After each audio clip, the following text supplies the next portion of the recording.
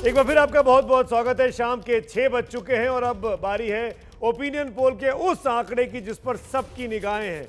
आखिरकार पश्चिम बंगाल में क्या होने वाला है? क्या ममता दीदी दोबारा या इनफैक्ट तिबारा सरकार बना पाएंगी या इस बार नई सरकार बनने वाली है? क्या बीजेपी ने अपने कैंपेन से दीदी को पछाड़ दिया है? क्योंकि जो सर्वे अभी तक आपने देखा, जो सवाल आपने देखे स्नैप पोल में, वो ये इशारा करते हैं, जैसे एक सवाल में नेताओं ने कहा कि क्या ममता बनर्जी पार्टी में भ्रष्ट नेताओं को संरक्षण देती हैं? 48% हाँ कहते हैं। उसको देख के लगता है कि सरकार बदलने वाली है। लेकिन ममता बनर्जी की पॉपुलैरिटी पे जब आप सवाल करते हैं तो 59% आज भी उनको पसंद करते हैं। दरअसल होने क्या वाला है ये आप भी जानना चाहते हैं, मैं भी जानना चाहता हूँ। अगर कोई जानता है यहाँ पे इस वक्त तो सिर्फ यशवंत है जो मेरे साथ स्टूडियो में मौजूद है। यशवंत ने वो आंकड़ा हमारे प्रोड्यूसर तक पहुंचा दिया है और उस प्रोड्यूसर से वो आंकड़ा धीरे से अब मेरे सहयोगी अखिलेश के कान में बता दिया जाएगा। तमाम खास मेहमान बने हुए हैं। अखिलेश के पास वो जादुई आंकड़ा है। अखिलेश, सबकी निगाहें आप पर हैं, बताइए भाई क्या हो रहा है बंगाल में? बिल्कुल सुमित, तो ये फाइनल ओपिनियन पोल दर्शकों को हम बताने जा रहे हैं। इंतजार की घड़ियां समाप्त हुई और देखिए क्या इशारा है, पब्लिक का मूड क्या है, किसे कितने वोट। प्रतिशत के हिसाब से अगर हम देखें तो टीएमसी के खाते में 42% वोट जाता हुआ नजर आ रहा है और बीजेपी के खाते में 37% वोट जाता हुआ नजर आ रहा है। पश्चिम बंगाल में कांग्रेस प्लस लेफ्ट 13% पर और अन्य के खाते में 8% वोट जाता हुआ नजर आ रहा है। यह प्रतिशत के हिसाब से हमने आपको बताया और जब इसे आप सीट में तब्दील करेंगे तो वो आंकड़ा क्या होगा वो भी हम आपको बताते हैं। सी वोटर का जो ये सर्वे है क्या इशारा करता है, जरा गौर से देखिए।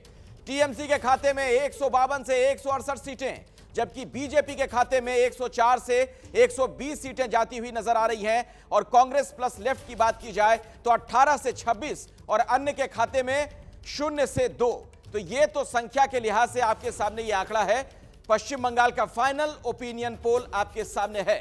ये देखिए क्या कहता है ये फाइनल ओपिनियन पोल। सुमित, ये तो साफ साफ कह रहा है अखिलेश की ममता दीदी की सरकार बन रही है। मिडवे मार्क से काफी तो नहीं, लेकिन उनकी पार्टी की सीटें ज्यादा हैं। और सीधे सीधे अब एक बार बड़ी खबर बता दें कि पश्चिम बंगाल में ममता सरकार का अनुमान है। सी वोटर के सर्वे के मुताबिक बंगाल विधानसभा चुनाव में टीएमसी को 152 से 168 सीटें मिल रही हैं। पश्चिम बंगाल में करीब 17,000 से ज्यादा लोगों से बात की गई सर्वे के दौरान और जो इशारा कर रहा है कि बीजेपी को 104 से 120 सीटें ही मिल पाएंगी। इस ओपिनियन पोल के मुताबिक, जो इस वक्त चुनाव के पहले का आखिरी ओपिनियन पोल है। इस दौरान हमने आपको 3 ओपिनियन पोल दिखाए हैं सी वोटर के और उसमें लगभग आंकड़ा इन्हीं सीटों के आसपास बना हुआ है। बहुत ज़्यादा फायदा भारतीय जनता पार्टी के ग्राफ में नहीं दिखा है या बहुत ज़्यादा डिक्लाइन टीएमसी के ग्राफ में नहीं दिखा है। ऐसा क्यों हुआ ये बताएंगे आपको खुद यशवंत देशमुख, जो कि सी वोटर के सर्वा हैं। ऐसा क्यों? सुमित, ऐसा इसलिए है कि बहुत साफ की ट्रैकर में जब से हम लोग कर रहे हैं और खासतौर पे 1 जनवरी से तो डेली ट्रैकर जब पश्चिम बंगाल का शुरू किया हुआ है, एक बार भी ऐसा नहीं हुआ कि ममता बनर्जी की इमेज कोई एकदम से रसातल में चली गई हो, नीचे गिर गई हो, दूसरे किसी नेता का नाम ऊपर आ गया हो। एक बार भी ऐसा नहीं हुआ कि लोगों ने कहा हो कि ममता बनर्जी का कामकाज उन्हें खराब लगा। एमएलए से बहुत ज्यादा नाराजगी रही, उनकी सरकार से भी नाराजगी उन्होंने बताई। बड़ी तादाद में लोगों ने कहा कि हम सरकार से नाराज हैं लेकिन हम बदलना नहीं चाहते। ये भी एक बड़ा विषय है। आपको याद होगा सुमित कि हमने जब मध्य प्रदेश, छत्तीसगढ़ और राजस्थान का ट्रैकर ऐसे ही 3 महीने लगातार दिखाया था और हमने ये बोला था कि बीजेपी तीनों राज्यों में हार रही है। साथ में हमने एक सवाल ये भी पूछा था कि अगर लोकसभा का चुनाव आज होगा तो आप किसको वोट देंगे, और हमने उसमें लगातार रिपोर्ट किया था कि 10 से 15% का मोदी डिविडेंड उस सवाल के ऊपर मिल रहा था। और हमने 2018 के ही सेकंड हाफ में बोला था कि बीजेपी इन इलाकों में स्वीप करेगी लोकसभा चुनाव आते ही।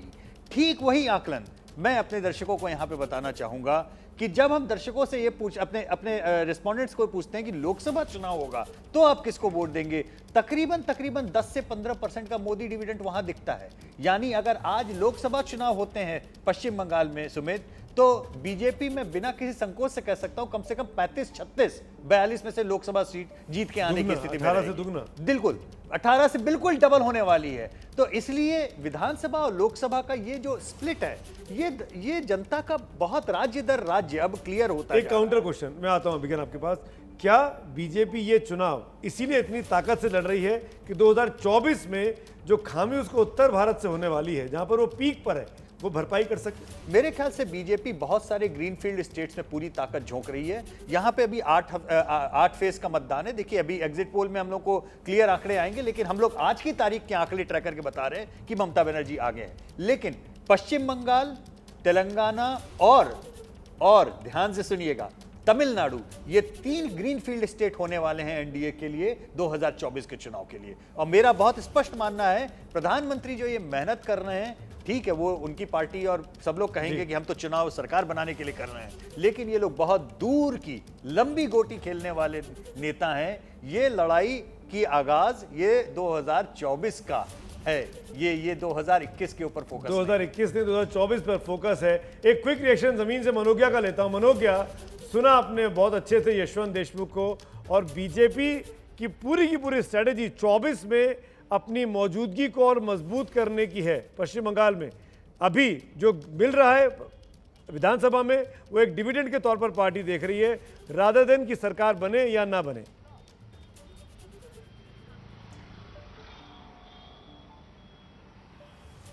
देखिए, कांटे की लड़ाई है, लेकिन इसमें एक दिलचस्प बात यह है कि डिविडेंड आज से नहीं है। इसका काम आरएसएस कई वर्षों से बंगाल में कर रही है, और पुरुलिया, बांकुड़ा, जंगल महल या फिर उत्तर बंगाल के इलाकों में जो ट्राइबल इलाकों में सीटें जीती हैं बीजेपी ने, ये उसका डिविडेंड था।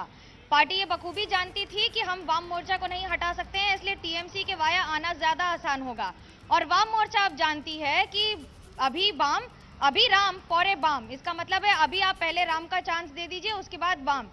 मल्टीपल स्ट्रैटेजीज हैं ये, अलग अलग पार्टीज की अपने सर्वाइवल स्ट्रैटेजीज कहते हैं इसको। लेकिन इन सब के बीच में जो एंटी इनकम्बेंसी है, जो लोगों की नाराजगी है, जो जमीनी स्तर पर करप्शन है, अगर एक सर्टिफिकेट बनाने के लिए गरीब आदमी को 500 रुपए का कमीशन देना पड़ रहा है एक टीएमसी के नेता को, जो हमारे आंकड़ों में काउंटर क्वेश्चन ये बार-बार मनोज्ञा TMC के कि विधायकों जिस से पार्टी पूछ ने रहे जिस 70 जिस फीसदी बीजेपी ने हो, कभी भले ही किसी चेहरा भी बदल स्तर जाए, पर लेकिन सिंपल पश्चिम तरीके बंगाल में कहीं कोई शासन किया ही नहीं, पंचायत से लेके और विधानसभा तक, उस पर क्यों भरोसा कर रहे हैं ये लोग? उसको क्यों मान रहे हैं कि मेरे को 500 रुपए की रिश्वत नहीं देनी पड़ेगी अगर इनकी सरकार बन जाएगी तो?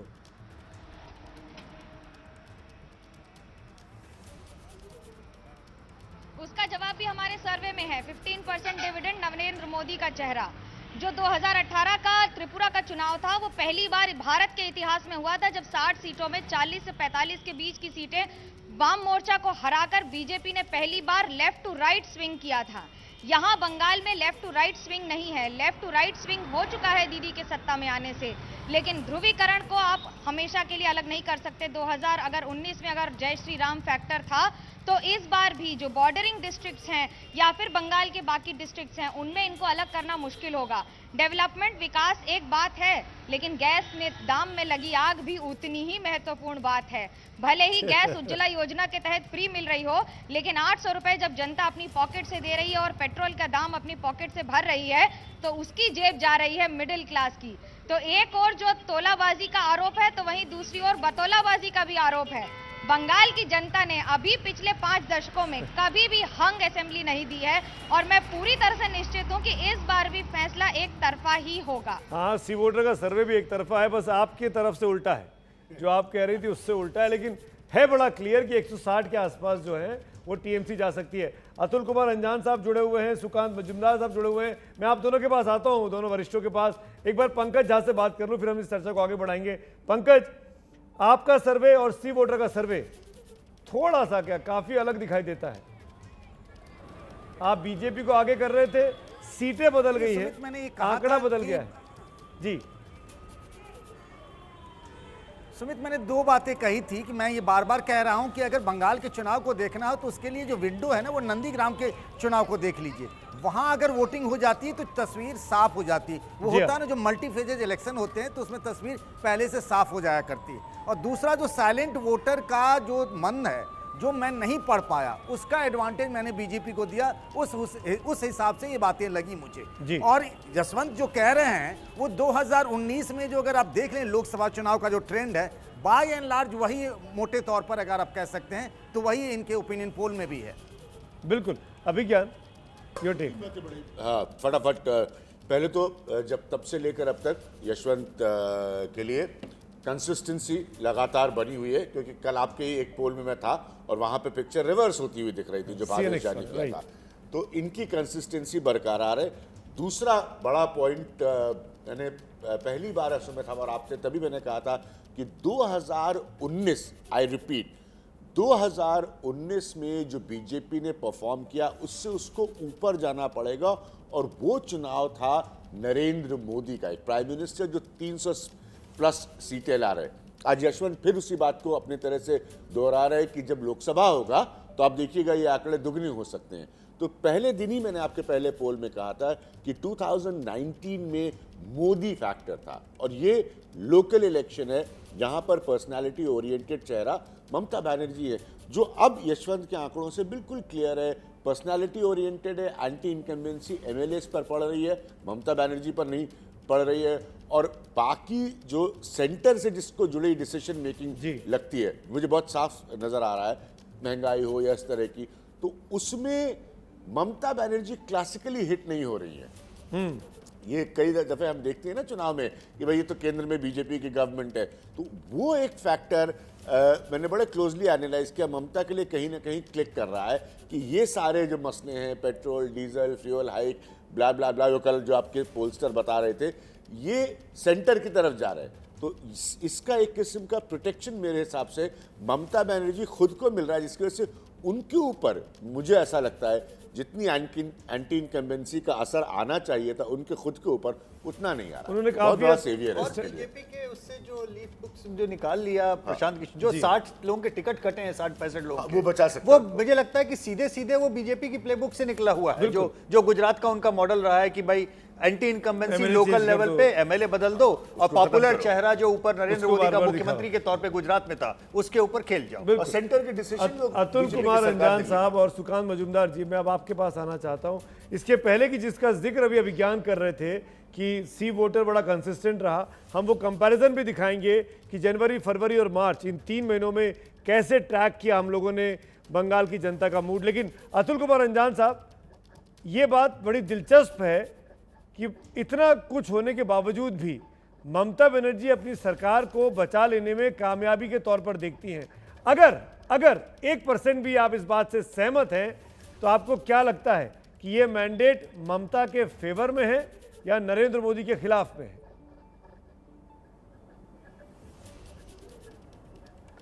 सुमित जी, आपने बड़ी गंभीर चर्चा राजनीति की करवा दी अब तक, लेकिन मैं तो अपनी गंभीरता के साथ साथ कुछ टिप्पणी करने के लिए जाना जाता हूं, और वो टिप्पणी मैं ज़रूर करूंगा।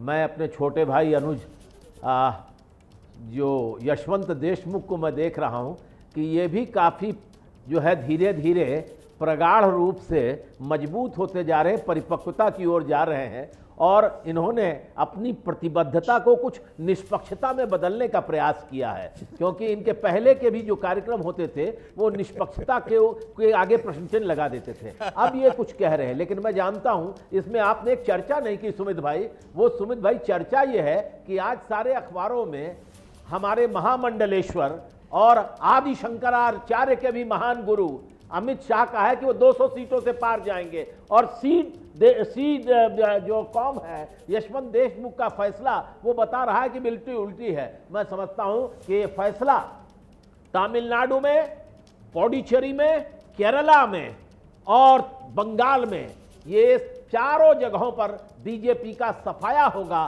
और ये मैंडेट होगा जो आपने सवाल पूछा, नरेंद्र मोदी के खिलाफ देश का जनमत का एक बड़ा हिस्सा अपनी प्रतिक्रिया व्यक्त करेगा इनको पराजित करके। तो मजूमदार साहब, अब आप मुझे बताइए कि अगर बीजेपी इतनी सीटें जीतकर भी मिडवे मार्क से दूर रह जाती है तो विपक्ष को तो इसको ऐसे ही प्रोजेक्ट करना है कि मोदी हार गए। भले आप कहें कि हम 100% बढ़ गए, पर विपक्ष यही कहेगा कि मोदी हार गए। अंजान साहब की बातों से स्पष्ट हो जाता है। जी सुमित जी, आप 2019 के लोकसभा इलेक्शन से पहले सी वोटर का सर्वे का रिजल्ट निकल लीजिए। आप देखिए उसमें आप लोग, आपके सी वोटर के भाई साहब ने हमको 8 सीट दिया था और हमको मिला था 18। तो आप थोड़ा एक बार अपना परफॉर्मेंस थोड़ा चेक कर लीजिए। हम अभी भी बोल रहे हैं, ठोक के बोल रहे हैं कि सरकार हम बंगाल में बना रहे हैं, और अतुल अंजान जी को अगर पेट भी साफ नहीं हुआ ना तो इसका दोष भी अतुल अंजान जी मोदी जी को देंगे। अब अतुल अंजान जी का एलर्जी प्रॉब्लम है, तो उसका इलाज हम ना कर सकते हैं, ना बीजेपी कर सकते हैं, ना मोदी जी कर सकते हैं। तो ये छोड़िए आप चिंता, आप अपना पिछले वाला परफॉर्मेंस मिलाइए कि 8 सीट दिए थे आपने, हमको 18 मिला था। चलिए, इस बार आप इसका जो जवाब दे तो मैं रहे अभी थे, दे हम बोल देता रहे हैं यशवंत आपकी बात का जवाब देना चाहते हैं। नहीं, आपने इसका- सी वोटर में और सवाल अभी खड़े किए। इसका जवाब सी तो- वोटर के मालिक यहाँ बैठे हैं, फाउंडर डायरेक्टर बैठे हुए हैं। इसका जवाब तो मजुमदार साहब, बहुत ही मजुमदार आसान साहब है सुन कि लीजिए। यशवंत, एबीपी के मैं- दर्शक जानते हैं कि हम लोग जब ट्रैकर करते हैं तो हमारा साल भर ट्रैकर चलता है।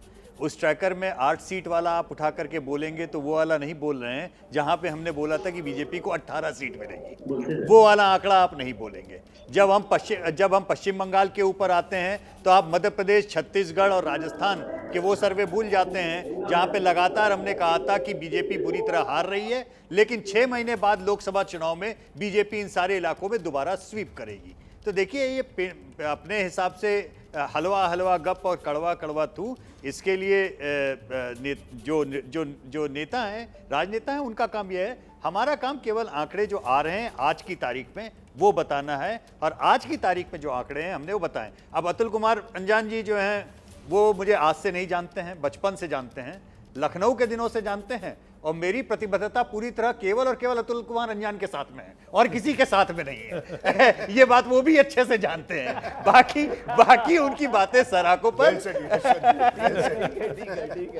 लेकिन सुकांत साहब, ये मुझे बताइए मजुमदार जी, क्योंकि पोल के आंकड़े बहुत सारी चीजें हैं, बहुत चीजें की ओर इशारा करता है।